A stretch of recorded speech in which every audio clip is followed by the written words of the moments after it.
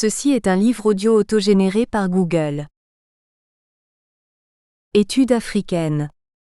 Collection dirigée par Denis Prienne et François Manga Akoa. Dernière parution. Adrien Diaka IODI, La Société Congo traditionnelle. Modèle pour l'Union africaine, 2011. Divine Edem Kobla AMENUMEY, les E accent aigu WE accent aigu aux temps précoloniaux. Une histoire politique des Anlan, des Guins et des Crépis, 2011. Joseph Itoa, Hautouer et justice traditionnelle chez les Mbosi, Congo-Brazzaville, 2011. Alpha Oumar Diallo, pratique et recherche éducative en chimie en Guinée-Conakry, 2011. Hermine Matari, Romaric Franck Quentin de MONGARYAS, école primaire et secondaire au Gabon. État des lieux, 2011. Aurélie Mongis, Le chant du masque, 2011. Adon GNANGUI, Côte d'Ivoire, 11 avril 2011. Le coup d'État de trop de la France en Afrique, 2011. Boubacar Oumarou, pasteur nomade face à l'État du Niger, 2011. Thierry Bangui, La ville, un défi du XXIe siècle. Essai sur les enjeux de développement urbain en Afrique, 2011. Aoué DJIE, La jeunesse ivoirienne face à la crise en Côte d'Ivoire. Le point de vue des jeunes, 2011. Jocelyn OLOM au manga, Les divisions au cœur de l'UPC, 2011. Rudy MBEMBADYGREKABOBENAZOMBANZULU, Le Mountou et sa philosophie sociale des nombres, 2011. G. Bertin Cadette, La politique de défense et de sécurité de la Côte d'Ivoire, 2011. Patrick DEVLIEGER et Lambert NIEME, édition. Handicap et société africaine. Culture et pratique, 2011. Rodrigue LEKOULKISSA, L'électrification en Afrique. Le cas du Gabon, 1935 à 1985, 2011. André Mbata Mangou, Abolition de la peine de mort et constitutionnalisme en Afrique, 2011. Ahmed Bello, Les libertés collectives des travailleurs, 2011. Avertissement. Ce livre est la seconde édition d'un ouvrage publié, en juin 2006 par le Centre national de documentation juridique, CNDJ, de Côte d'Ivoire sous le titre « Le rôle des Nations Unies dans la résolution de la crise ivoirienne ». C'est aussi le tome 1 d'un ensemble de 2 parutions sur la crise en Côte d'Ivoire. Il s'agit ici d'une étude qui couvre la période de septembre 2002 à février 2006. Cette réédition a été rendue nécessaire par le besoin d'une plus grande disponibilité de l'ouvrage, au regard de son intérêt constant pour les personnes désireuses de comprendre la crise ivoirienne, qu'elles soient chercheurs, étudiants, patriotes ou simples lecteurs. Au moment où les effets résiduels de la crise post-électorale, décembre 2010 au avril 2011, qu'a connu la Côte d'Ivoire sont en cours de traitement et où le tome 2 de l'ouvrage est disponible, il importe de faire en sorte que ce dernier puisse être compris, y compris à la lumière du contexte précédent. Ce contexte a été, à quelques différences près, le même jusqu'au 4 mars 2007, date de la signature de l'accord politique de Ouagadougou. C'est pour cette raison que nous n'avons pas jugé indispensable d'actualiser le premier tome, par rapport aux nouveaux développements qui ont été enregistrés entre février 2006 et mars 2007. Cette période est prise en compte dans le tome 2 en guise d'élément de transition. Le rôle des Nations Unies dans la résolution de la crise ivoirienne, soutien à l'accord politique de Ouagadougou, tel est le titre du 2e tome auquel le lecteur devra avoir recours pour s'imprégner des derniers développements du processus de paix en Côte d'Ivoire. Pour l'heure, faisons ensemble le chemin à travers le rôle des Nations Unies dans la résolution de la crise ivoirienne, soutien aux initiatives françaises et africaines. L'auteur. Introduction. Dans la nuit du 18 au 19 septembre 2002, un mouvement armé connu plus tard sous le nom de Mouvement patriotique de Côte d'Ivoire, MPCI, attaque simultanément les villes d'Abidjan, la capitale économique de la Côte d'Ivoire, Bouaké, la 2e ville du pays, et Korogo, la plus grande ville du nord. Si 2 jours après le début de l'insurrection, les assaillants ont pu être repoussés d'Abidjan, cela n'a pas été possible, s'agissant des 2 autres villes. Ce qui était perçu comme une crise de courte durée, à l'image de celle qui est née de la première tentative de renversement du président Laurent Gbagbo, en janvier 2001, va donc se révéler comme une crise grave et sans précédent dans la jeune histoire de la Côte d'Ivoire. En effet, hormis la mort de plusieurs dizaines de personnes anonymes, on a enregistré celle d'Émile Bogadoudou, ministre de l'Intérieur et de la Décentralisation, et du général Robert Guei, chef de l'État de la transition militaire consécutive au coup d'État du 24 décembre 1999 en Côte d'Ivoire. Pour mettre fin à une agression armée, deux solutions s'offrent au chef d'État qui en est victime. La voie pacifique, celle de la négociation, ou la voie militaire. Choisir la voie militaire, quoique légitime au regard de l'article 51 de la Charte des Nations Unies, en vertu de la théorie de la légitime défense, suppose que le chef de l'État dispose des moyens nécessaires pour mater la rébellion, avec les problèmes humanitaires et les destructions massives d'infrastructures économiques que cela entraîne. Comme de coutume, la communauté internationale a condamné cette énième tentative de coup d'État que subissait la Côte d'Ivoire, et a même appelé les forces rebelles à déposer immédiatement les armes. Fort de ce soutien général, le président Laurent Gbagbo a, dès les premiers jours de l'insurrection, déclaré la guerre à ceux qui se sont donnés dans un premier temps comme des mutins de l'armée ivoirienne s'opposant à une décision de démobilisation. Une offensive lancée par les forces loyalistes à Bouaké, les 6 et 7 octobre 2002, s'est soldée par un échec, après avoir donné un vain espoir à la population qui ne semblait pas, dans sa grande majorité, apprécier la présence de forces d'occupation sur son sol. Dans le même temps, la communauté internationale, par la voix de certains chefs d'État et de celle des Nations Unies, a recommandé un règlement pacifique du conflit. Cela était perçu par certains Ivoiriens comme une légitimation de la rébellion et une contradiction par rapport à la condamnation initiale de l'agression armée. Une partie de l'opinion publique ivoirienne espérait secrètement que la communauté internationale enverrait immédiatement des forces pour neutraliser la rébellion, en vertu de la condamnation quasi unanime du principe de la prise de pouvoir par la force. La France, ancienne puissance coloniale, considérant que l'agression armée était le fait d'éléments ivoiriens, refusait d'actionner l'accord de défense qui la lie à la Côte d'Ivoire. C'est donc en désespoir de cause que le président de la République de Côte d'Ivoire va se résoudre à envisager la voie pacifique pour le règlement du conflit armé auquel il se trouve confronté. Le 17 octobre 2002, la médiation de la CEDEAO conduite par le ministre sénégalais des Affaires étrangères, M. Cheikh Gadio, et le secrétaire exécutif de l'organisation régionale, M. Ibn Chambas, signent, avec la rébellion, un accord de cessation des hostilités qui sera le même jour accepté par le chef de l'État ivoirien. Le 30 octobre 2002, s'ouvrent à Lomé les négociations interivoiriennes sous la présidence du chef de l'État togolais, M. Gnassingbe Eyadema, président du groupe de contact et coordonnateur de la médiation.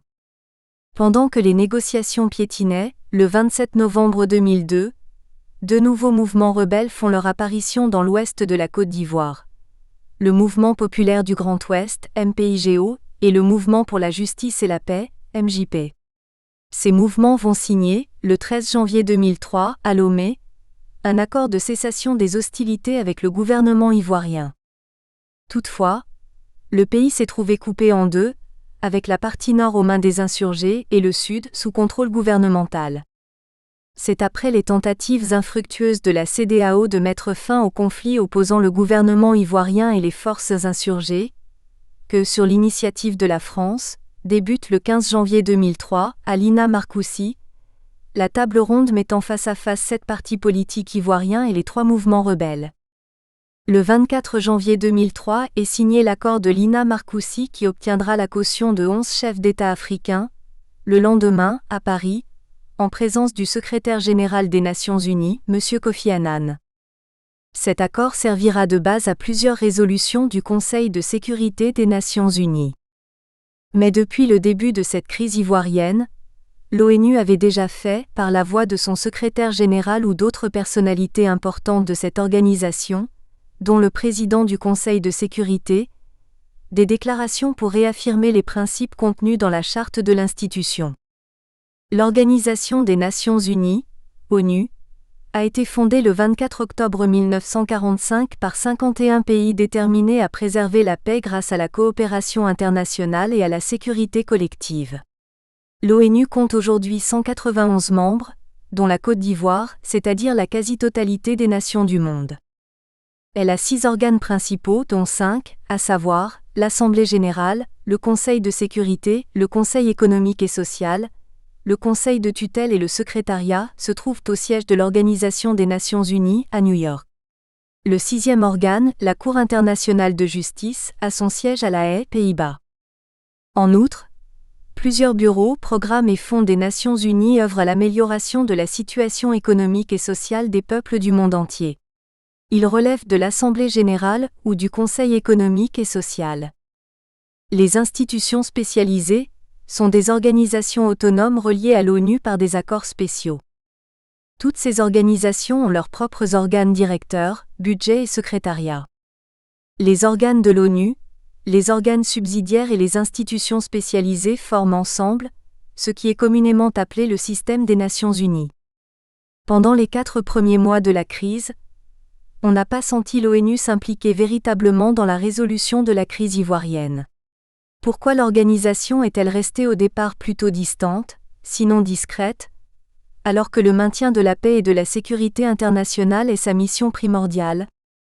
Pourquoi le Conseil de sécurité de l'ONU a-t-il attendu l'accord de Lina Marcoussis pour voter sa première résolution?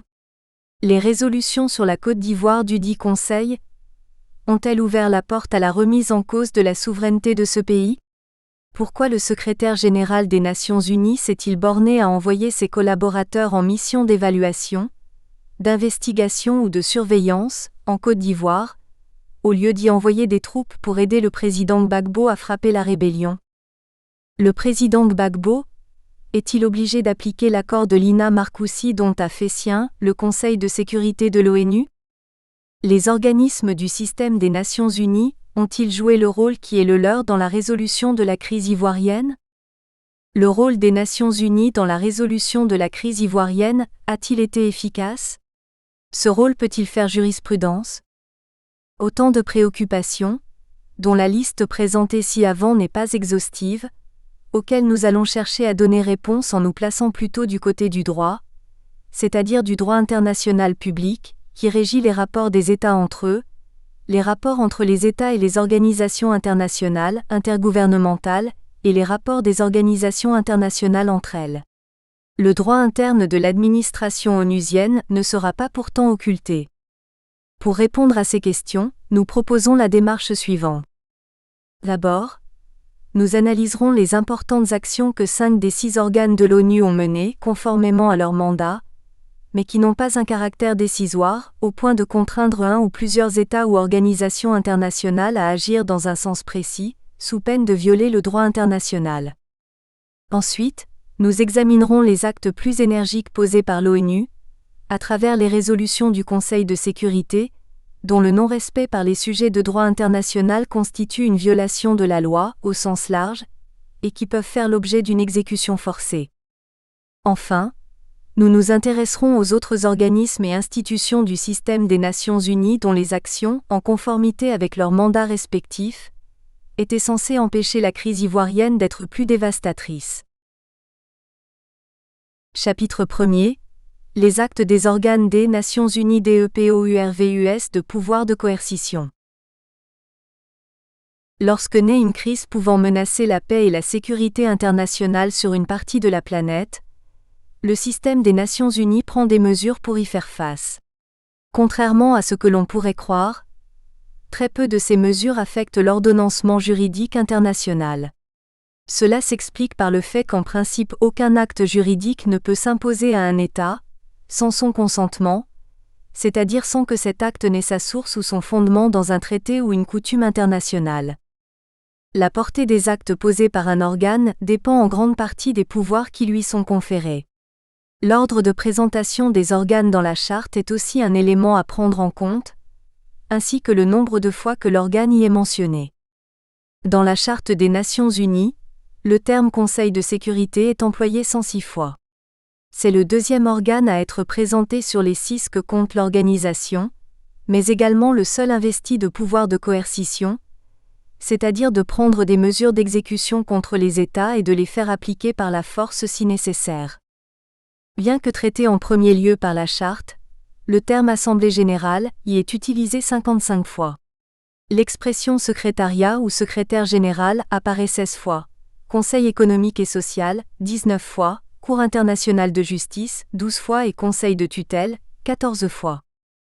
Dans le cadre de la gestion de la crise ivoirienne, certains actes ont été pris par les organes de l'ONU dépourvus de pouvoir de coercition contre les États membres. Il convient d'abord de distinguer les actes posés ou pris par le secrétariat de ceux posés ou pris par les autres organes des Nations Unies, hormis le Conseil de sécurité. Ensuite, nous nous interrogerons sur la valeur des dits actes. Nomenclature des actes EMANANT des organes DEPOURVUS de pouvoir de coercition contre les États. Les organes des Nations Unies fondamentalement dépourvus de moyens de coercition sur les États sont le Secrétariat, l'Assemblée générale, le Conseil économique et social, la Cour internationale de justice et le Conseil de tutelle. 1. Les actes EMANANT du SECRETARIAT1. Le secrétariat de l'ONU est composé de fonctionnaires recrutés, au plan international, qui travaillent dans des bureaux du monde entier. Il est au service des autres organes principaux de l'ONU, dont il administre les politiques et les programmes. Il a à sa tête un secrétaire général nommé par l'Assemblée générale pour une durée de 5 ans renouvelable, sur recommandation du Conseil de sécurité. L'actuel secrétaire général des Nations Unies, M. Kofi Annan, est à son 2e mandat, dont le terme est fixé au 31 décembre 2006, et est le 7e secrétaire général de l'ONU. Le secrétariat se compose de plus de 32 000 hommes et femmes, appartenant à 170 pays environ.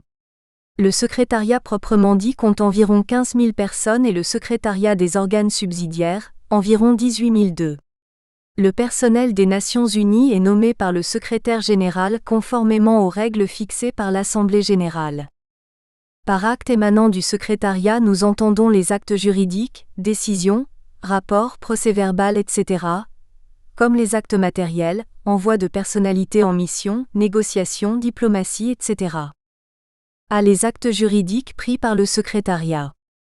L'ordre de présentation des organes par la Charte des Nations Unies. Le secrétariat est le dernier organe traité, fait apparaître que le secrétariat, et par suite le secrétaire général, dépend des autres organes. Cela se trouve confirmé par le fait que le secrétaire général exécute les tâches administratives et techniques dont le charge l'Assemblée générale, le Conseil de sécurité et les autres organes. Ces actes juridiques peuvent prendre la forme de déclarations, de décisions, d'actes bilatéraux ou de rapports. 1. Déclaration. Examinons tour à tour les déclarations du secrétaire général des Nations Unies et celles du représentant spécial du secrétaire général. A. Les déclarations du secrétaire général des Nations Unies. Dès le début de la crise ivoirienne, le secrétaire général des Nations Unies a rendu publiques des déclarations condamnant l'usage de la force pour atteindre des buts politiques et invitant les parties ivoiriennes à négocier. C'est un usage constant du secrétaire général des Nations Unies de faire des déclarations lorsque naît une crise assez grave à travers le monde. Ces déclarations peuvent être faites en direction des parties en conflit, comme de celles de nations précises ou de la communauté internationale tout entière. Nous ne retiendrons ici que les déclarations solennelles du secrétaire général rendues publiques par son porte-parole, à l'exclusion des déclarations informelles reprises par la presse nationale ou internationale. Celles-ci seront rapportées à d'autres endroits. Au nombre des déclarations du secrétaire général des Nations Unies, concernant la crise ivoirienne, on peut citer celle du 18 septembre 2003 où M. Kofi Annan a en substance exhorté les parties ivoiriennes à donner toute la chance à l'accord de Lina Marcoussi pour mettre fin aux souffrances, à la désintégration sociale et économique, et à la partition du pays. 2 octobre 2003, il invite notamment les forces nouvelles à reprendre leur participation au gouvernement de réconciliation nationale que les ministres issus de leur rang ont décidé de boycotter pour protester contre des blocages créés par le président Laurent Gbagbo, Communiqué de presse SGSM 8914. 7 janvier 2004. Monsieur Kofi Annan se félicite de la participation des forces nouvelles au Conseil des ministres de la veille, après plus de 3 mois de suspension. Il exhorte en outre les parties ivoiriennes à appliquer l'accord de Lina Marcoussis. 27 février 2004. Le secrétaire général des Nations Unies se félicite du vote de la résolution 1528-2004, par laquelle le Conseil de sécurité crée l'ONUCI, en témoignage clair selon lui, de ce que la communauté internationale appuie le processus de paix en Côte d'Ivoire et est résolue à jouer pleinement son rôle de maintien de la paix et de la sécurité en Afrique. 25 mars 2004. Le secrétaire général des Nations Unies exhorte toutes les parties ivoiriennes à mettre fin aux affrontements et à reprendre sans délai et sans condition préalable l'application complète de l'accord de Lina Marcoussis, préoccupé de ce que les manifestations organisées par les signataires de l'accord de Lina Marcoussis à l'exception du FPI, du PIT et de l'UDCY se soient soldées par des pertes en vies humaines suite à l'intervention des forces de défense et de sécurité. 4 mai 2004. À l'occasion de l'installation officielle de l'ONUCI à Abidjan, le secrétaire général a notamment engagé vivement les parties ivoiriennes à rejeter toutes les formes de violence et à saisir l'occasion qui leur est offerte par la présence d'une opération de maintien de la paix des Nations Unies, pour relancer le dialogue politique en vue de parvenir à une réelle réconciliation pour le bien de tous les Ivoiriens. 20 mai 2004. Monsieur Kofi Annan s'est dit préoccupé par le tour regrettable qu'ont pris les événements, et a appelé toutes les parties ivoiriennes à mettre un terme à leur récrimination mutuelle pour appliquer sincèrement l'accord de Lina Marcoussis. 26 septembre 2004.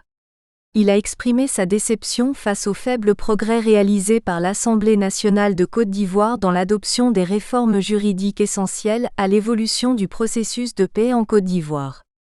4 novembre 2004. Le secrétaire général a pressé le président Gbagbo et toutes les parties ivoiriennes de mettre immédiatement un terme aux hostilités suite aux frappes aériennes menées par les FANCI sur les positions des forces nouvelles à Bouaké et à Korogo. Au titre des déclarations de l'année 2005, on peut noter les suivantes.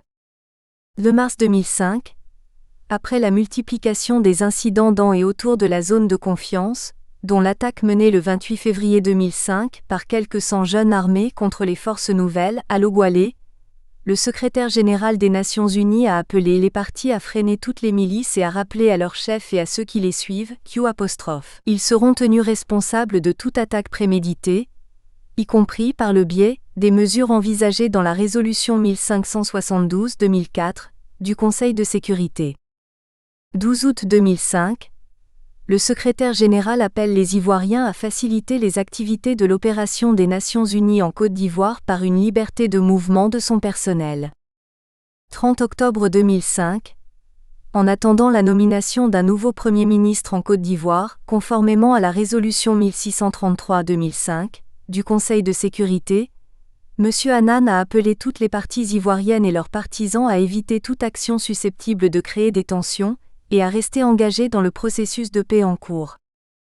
5 décembre 2005. Notant avec satisfaction la nomination d'un nouveau Premier ministre en Côte d'Ivoire, le secrétaire général a notamment exhorté les parties ivoiriennes à coopérer pleinement avec M. Charles Konan Banny et encourager son gouvernement à mettre en œuvre avec le groupe de travail international la feuille de route pour la période de transition. Au titre des déclarations de l'année 2006, on peut retenir celle-ci. 17 janvier 2006. Se disant préoccupé par les troubles en Côte d'Ivoire, M. Annan a condamné et demandé la cessation immédiate de la violence orchestrée et dirigée contre les Nations Unies et la population, ainsi que la passivité de certaines autorités nationales face à cette situation. 30 janvier 2006. Suite à la publication inopinée, le 28 janvier 2006, d'une déclaration tendant au maintien de l'Assemblée nationale en fonction avec ses pouvoirs, le secrétaire général a souligné la nécessité d'éviter toute action unilatérale, s'adressant au président Laurent Gbagbo. 1er février 2006, le secrétaire général a rappelé, avec la plus grande fermeté, aux plus hautes autorités civiles et militaires de la Côte d'Ivoire, y compris le président Gbagbo et le chef d'état-major, le général Mangou, leur responsabilité personnelle dans la prévention des violences, y compris des attaques dirigées contre le personnel et les installations des Nations Unies dans le pays, ainsi que des violences ethniques. De tels actes ne sauraient être tolérés par la communauté internationale, a ajouté M. Annan. Des déclarations peuvent être rendues publiques par les représentants spéciaux du secrétaire général des Nations Unies. B. Les déclarations du représentant spécial du secrétaire général des Nations Unies. Outre les points de presse faits de temps en temps par le représentant spécial du secrétaire général des Nations Unies, le professeur Albert Teveaux DJRE, pour informer l'opinion publique nationale ou internationale, cette personnalité a fait quelquefois des déclarations solennelles 3 en cas de nécessité. Ainsi, le 21 mars 2003, le professeur Albert Teveaux DJRE, en tant que président du comité de suivi de l'accord de Lina Marcoussis, a exhorté les parties ivoiriennes à œuvrer pour la participation effective de tous les ministres aux premières réunions du gouvernement de réconciliation nationale qui venait d'être mise en place. Une déclaration datée du 7 avril 2003 recommande aux forces belligérantes de notamment respecter le cessez-le-feu, pour ne pas compromettre le processus de paix amorcé. Le 28 juin 2003, le professeur Albert Teveaux DJR a signé une déclaration dans laquelle, au nom du comité de suivi de l'accord de Lina Marcoussis, il condamne l'agression subie par le ministre d'État, ministre de la Communication, de la part de jeunes manifestants à la RTI, télévision ivoirienne, et demande des sanctions contre les auteurs. Le 15 septembre 2003, suite à l'annonce officielle à Paris d'une tentative déjouée de déstabilisation visant la Côte d'Ivoire, le chef de la MINUCI a condamné sans ambiguïté ce projet dirigé contre l'ordre constitutionnel et la légalité républicaine. Le 16 septembre 2003, prenant acte de la formation complète du gouvernement de réconciliation nationale, suite à la nomination des ministres de la Défense, de la Sécurité et de la Famille et de l'Enfant, le professeur Albert Teveaux DJRE a appelé les forces en conflit au désarmement. Le 22 octobre 2003, le représentant spécial du secrétaire général des Nations Unies a condamné fermement l'assassinat, à Abidjan, du journaliste Jean Hélène par un agent de la police ivoirienne. Après la tentative infructueuse de violation du cessez-le-feu et de la zone de confiance par des éléments des FANCI aidés de Jeunes Patriotes 4, le comité de suivi de l'accord de Lina Marcoussis a 1er décembre 2003, exprimé, sous la signature de son président, ses vives préoccupations face à la tension qui en a résulté et face au conflit intercommunautaire grave et meurtrier qui sévissait dans la région de Gagnoa. Suite à l'annonce faite par le PDCI, relativement au retrait de ses ministres du gouvernement de réconciliation nationale, le président du comité de suivi de l'accord de Lina Marcoussis a au nom du comité regretté cette décision et a invité dans la même déclaration du 5 mars 2004 toutes les parties concernées à éviter de recourir à de tels comportements et à œuvrer plutôt par la voie du dialogue au règlement des problèmes en suspens. Le 22 mars 2004, le professeur Albert Teveaux DJR s'est adressé aux Ivoiriens en ces jours d'angoisse perceptible, pour leur apporter espoir et réconfort, dans un contexte marqué, depuis 3 semaines, par un débat politique devenu plus intense, ardu, tendu même. Après avoir indiqué que les acteurs protagonistes de la politique ivoirienne étaient disposés à décrisper le climat de tension, le représentant spécial de M. Kofi Annan a exhorté toutes les parties à respecter loyalement l'accord de Lina Marcoussis en vue de sortir de cette crise qui n'a que trop duré. 7 octobre 2004, l'opération des Nations Unies en Côte d'Ivoire, ONUCI, a réitéré son inquiétude face à la recrudescence des violations des droits de l'homme en Côte d'Ivoire. 11 octobre 2004, l'opération des Nations Unies en Côte d'Ivoire, ONUCI, a déploré les manifestations violentes du 11 octobre 2004 à Bouaké qui ont pris pour cible le quartier des Affaires, le siège du commandement du secteur Est des Casques Bleus et le bureau des observateurs militaires de l'ONU. 9 février 2005, l'ONUCI a lancé un appel pressant aux autorités compétentes pour qu'elles prennent des dispositions fermes pour désarmer et démanteler sans délai les groupes armés et de milices dans les quartiers populaires face à l'insécurité grandissante, notamment à Abidjan. 15 mars 2005, L'ONUCI a demandé l'ouverture d'une enquête sur des informations faisant état de la mort de 13 détenus ayant succombé, à la prison de Boisflé, aux actes de torture et aux traitements inhumains et dégradants à eux infligés par les agents des eaux et forêts du parc national de la Maraoué. 31 mars 2005, l'opération des Nations Unies en Côte d'Ivoire ONUCI s'est préoccupée, suite au rapport publié le jeudi 31 mars 2005, déplorant les graves violations des droits de l'homme dans le pays, que ce soit en zone sous contrôle gouvernemental ou des forces nouvelles. Les principales déclarations de M. Pierre Chory, 5 remplaçants de M. Albert Tevoedjre sont les suivantes.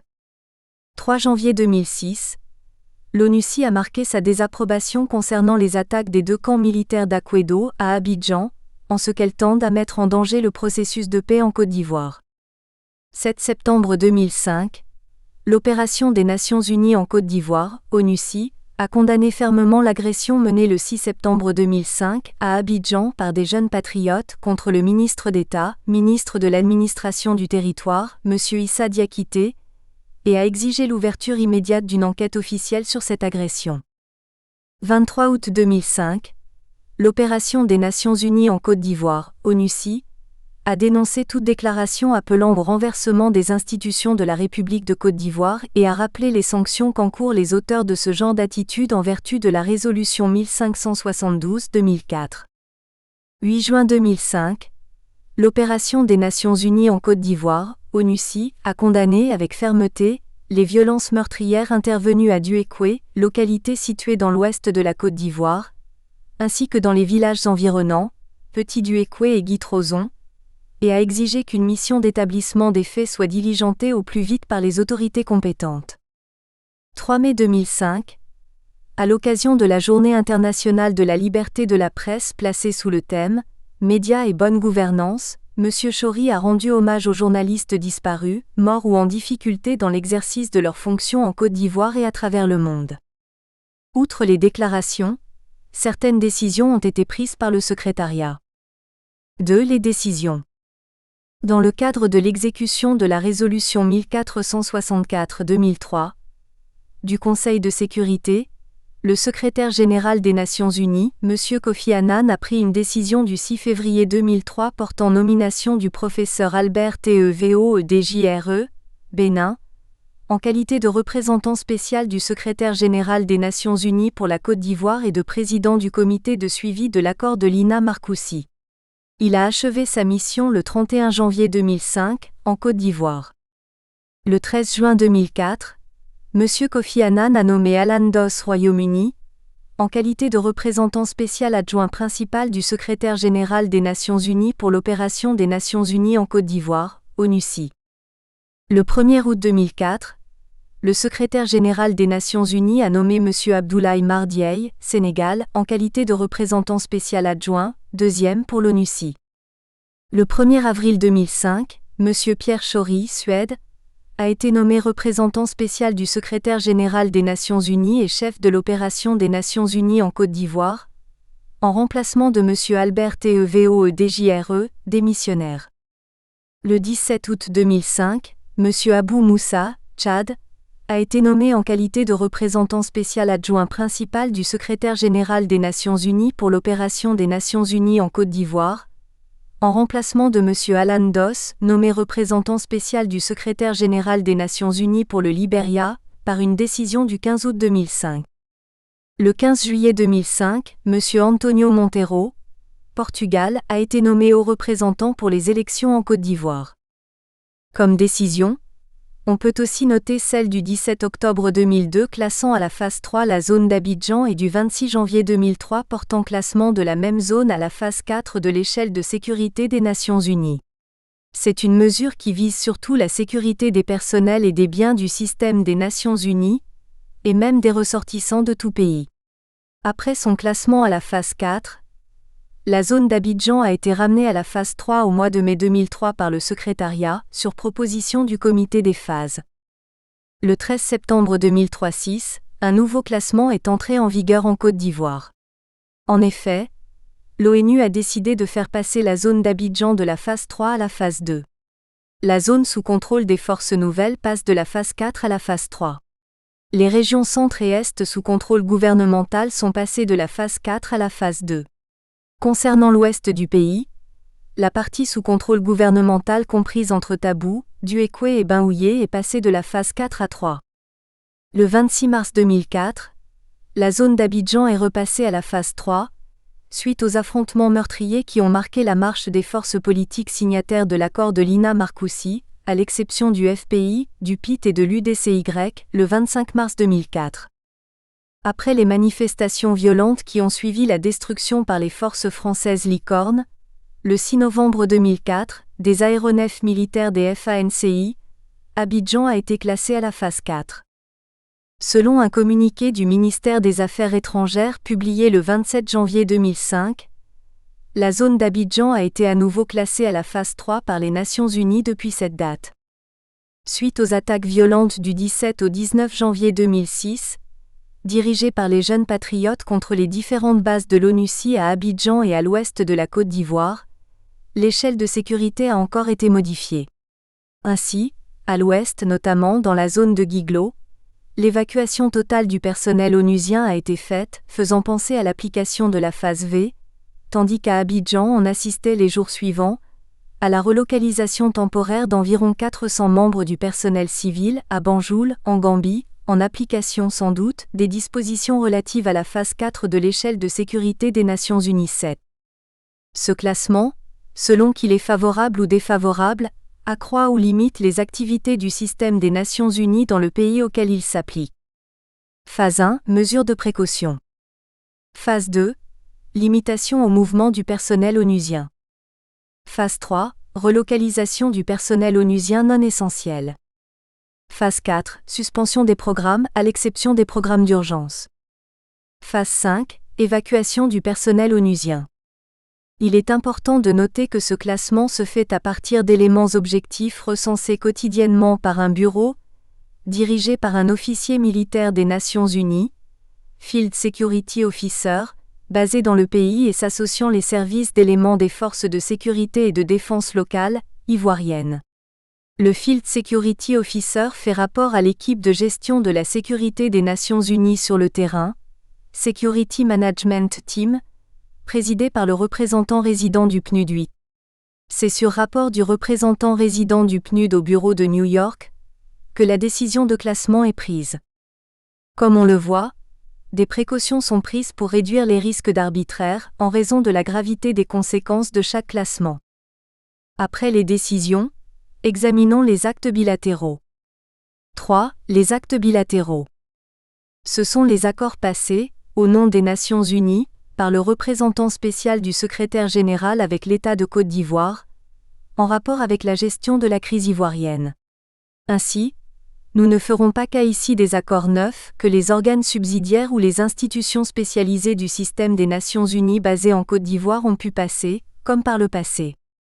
Comme acte bilatéral, on peut citer l'accord de siège que le représentant spécial du secrétaire général des Nations Unies, M. Albert Tevo DJRE, et le ministre d'État, ministre des Affaires étrangères de Côte d'Ivoire, M. Bamba Mamadou, ont signé le 18 septembre 2003 au titre de la MINUCI, Mission des Nations Unies en Côte d'Ivoire, et celui qu'ils ont signé le 29 juin 2004 s'agissant de l'ONUCI, Opération des Nations Unies en Côte d'Ivoire. Par ces accords, l'État de Côte d'Ivoire confère à ces missions des privilèges et immunités destinés à faciliter l'accomplissement de leur mandat. Quel est le fondement juridique de ces accords de siège ? Ces accords étaient-ils nécessaires quand on sait qu'ils ont été signés environ 3 mois après la cérémonie officielle d'installation de la MINUCI et de l'ONUCI ? L'accord de siège est aux organisations internationales, sujet de droit international public, ce qu'est l'accord d'établissement au sujet de droit international privé, ONG, entreprise multinationale. Au terme de l'article 107 de la loi n° 81-640 du 31 juillet 1981 instituant le Code pénal, modifié par la loi n° 95-522 du 6 juillet 1995, ne peuvent donner lieu à des poursuites pénales devant les juridictions ivoiriennes, les infractions commises par les personnes bénéficiant de l'immunité diplomatique, telles qu'U', elles résultent des conventions internationales. Que disent les conventions internationales? L'article 100 de la Charte des Nations Unies dispose que le secrétaire général et le personnel ne sont responsables qu'envers l'organisation, et les États membres s'engagent à ne pas chercher à les influencer dans l'exécution de leurs tâches. L'article 105 stipule que l'organisation ainsi que ses fonctionnaires et les représentants des États membres jouissent des privilèges et immunités nécessaires pour permettre aux Nations Unies d'atteindre leur but. Ces principes ont été précisés dans la Convention sur les privilèges et immunités des Nations Unies de 1946-10. C'est sur la base de ces principes que l'accord de siège a été signé par le représentant spécial du secrétaire général des Nations Unies, au nom de la MINUCI, puis de l'ONUCI, et le ministre des Affaires étrangères, au nom de l'État de Côte d'Ivoire. Ces accords n'étaient pas superfétatoires puisqu'ils permettaient de fournir tous les détails et plus de garanties concernant les privilèges et immunités dont ces missions successives devaient bénéficier en vertu des conventions internationales.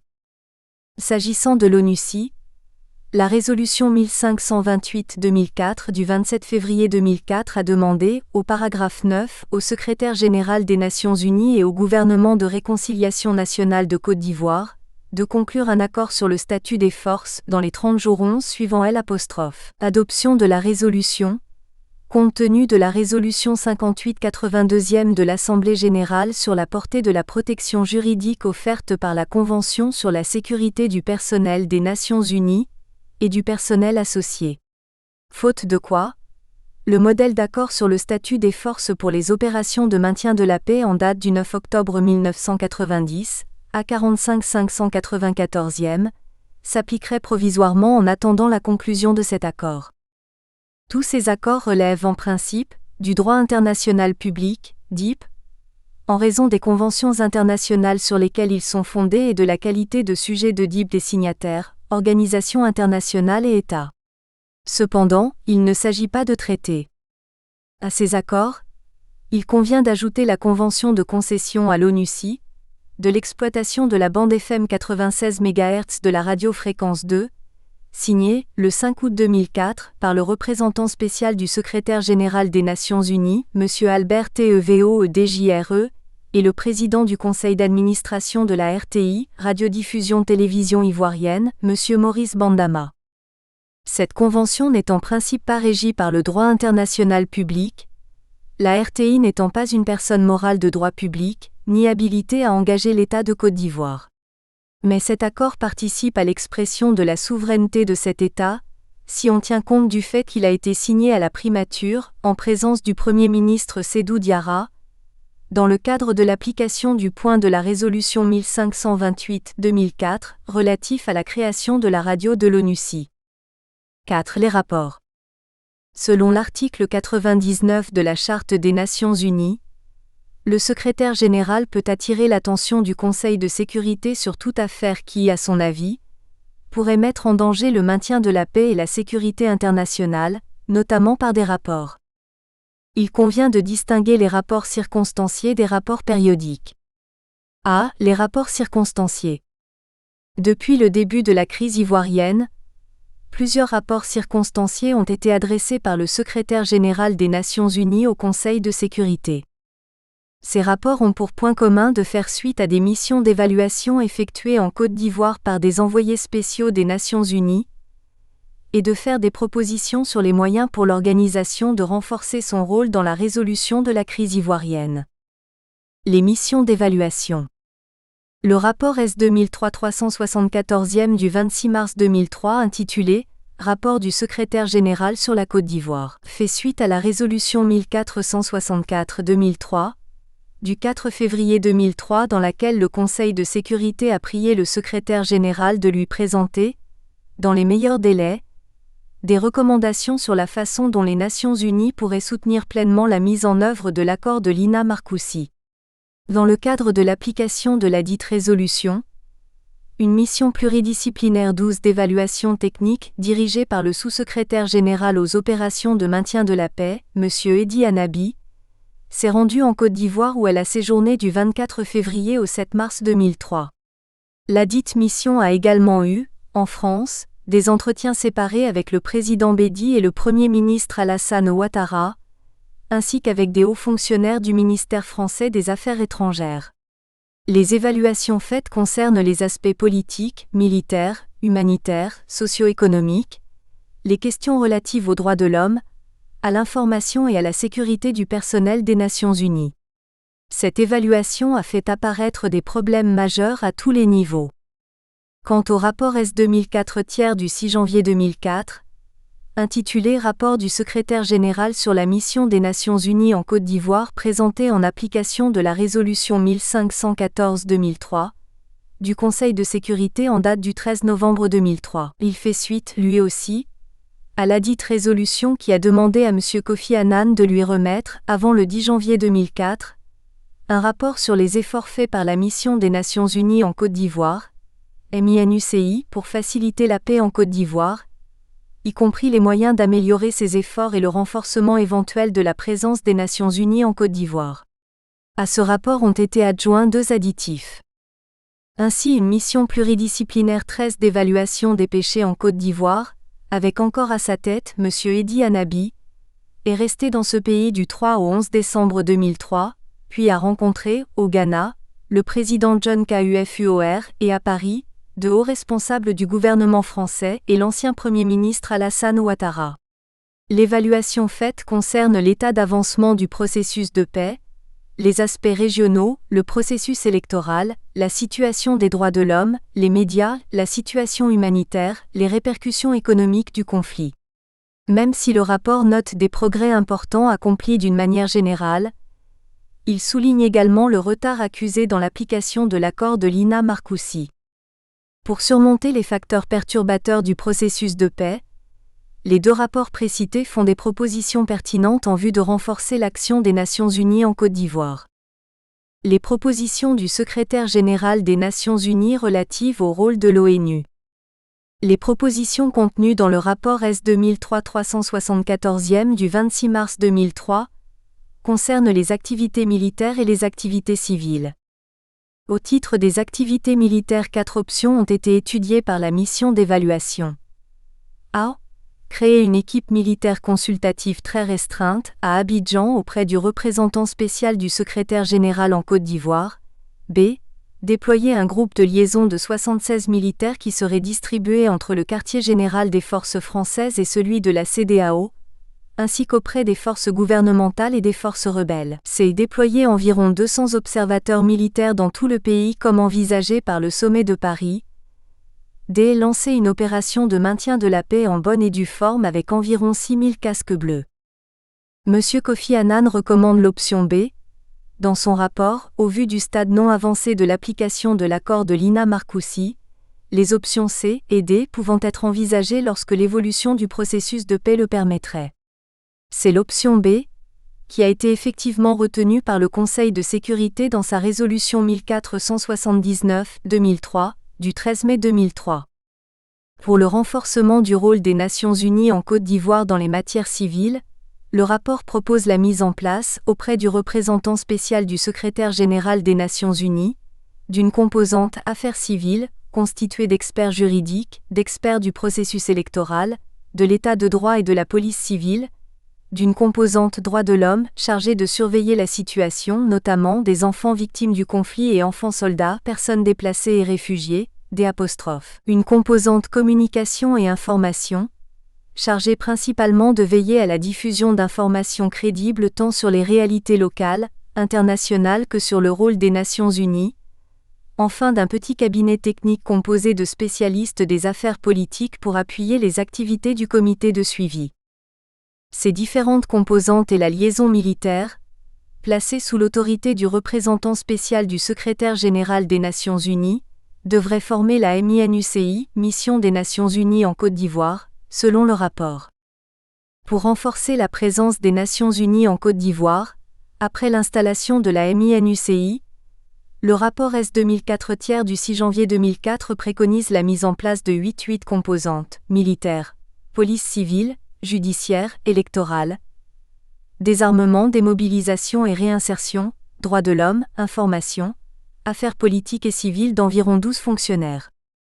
S'agissant en particulier de la composante militaire qui devrait intégrer en son sein les forces de la CEDEAO, Elle aiderait, notamment, le gouvernement de réconciliation nationale à mettre en œuvre le programme de désarmement démobilisation réinsertion, DDR. 2 options ont été présentées. L'une requiert une force de 6240 hommes et l'autre une force d'environ 8900. L'une ou l'autre force comporterait, en son sein, 200 observateurs et 120 officiers d'état-major. La première option suppose que l'opération française Licorne garantisse l'envoi d'une force d'intervention rapide chaque fois que le commandant de la force des Nations Unies en ferait la demande. La deuxième option est l'hypothèse dans laquelle la force des Nations Unies serait autonome, en disposant de moyens d'intervention rapide. Toujours selon le même rapport, les autorités françaises étant consentantes pour la garantie exigée d'elles par la première option, et sans doute pour limiter les coûts, le secrétaire général des Nations Unies recommande le choix de celle-ci. M. Kofi Annan recommande que le Conseil de sécurité envisage d'autoriser le déploiement d'une opération de maintien de la paix des Nations Unies multidisciplinaire, en appui au processus de paix en Côte d'Ivoire, si avant le 4 février 2004, des progrès sont réalisés sur les points suivants. Les forces nouvelles doivent affirmer leur engagement à demeurer dans le gouvernement de réconciliation nationale jusqu'à ce que celui-ci mène à terme son programme de travail, et que les élections se tiennent en 2005. Les FANCI et les forces nouvelles doivent mener à terme l'application des décisions prises aux réunions de Yamoussoukro et de Bouaké. Les parties ivoiriennes concernées doivent prendre les dispositions pour démanteler les milices et empêcher les activités perturbatrices des groupes de jeunes, et le gouvernement doit mener à terme l'examen des réformes envisagées dans l'accord de Lina Marcoussis, en particulier celles relatives à l'article 35 de la Constitution, aux médias et aux droits de l'homme. Dans un additif du 9 février 2004 au rapport en date du 6 janvier 2004 du secrétaire général des Nations Unies précité, M. Kofi Annan recommande, au sein de l'opération de maintien de la paix envisagée en Côte d'Ivoire, la présence de 350 membres de la police civile des Nations Unies, dont 234 conseillers, 60 moniteurs et 56 instructeurs, 5 fonctionnaires recrutés sur le plan international pour l'unité judiciaire, et 9 agents pour l'unité pénitentiaire. Dans un deuxième additif à son rapport initial, le patron des Nations Unies propose le montant d'environ 303 millions de dollars pour 6 mois, au titre du budget de l'ONUCI. Après les rapports circonstanciés, il convient d'examiner les rapports périodiques. B. Les rapports périodiques. Dans la résolution 1479-2003, du 13 mai 2003, le Conseil de sécurité a demandé au secrétaire général des Nations Unies de lui rendre compte, tous les 3 mois, de la mise en œuvre de ladite résolution, et de lui soumettre tous les mois des rapports actualisés. Rapport sur la mission des Nations Unies en Côte d'Ivoire, MINUCI. Le premier rapport trimestriel S 2003-801 du 8 août 2003, intitulé Premier rapport du secrétaire général des Nations Unies sur la mission des Nations Unies en Côte d'Ivoire, expose l'évolution de la situation générale de la Côte d'Ivoire depuis le vote de la résolution 1479-2003 du Conseil de sécurité et les actions menées par le représentant spécial du secrétaire général, la MINUCI et le système des Nations Unies pour résoudre les problèmes existants. Ce rapport comporte 63 paragraphes répartis en 11 points.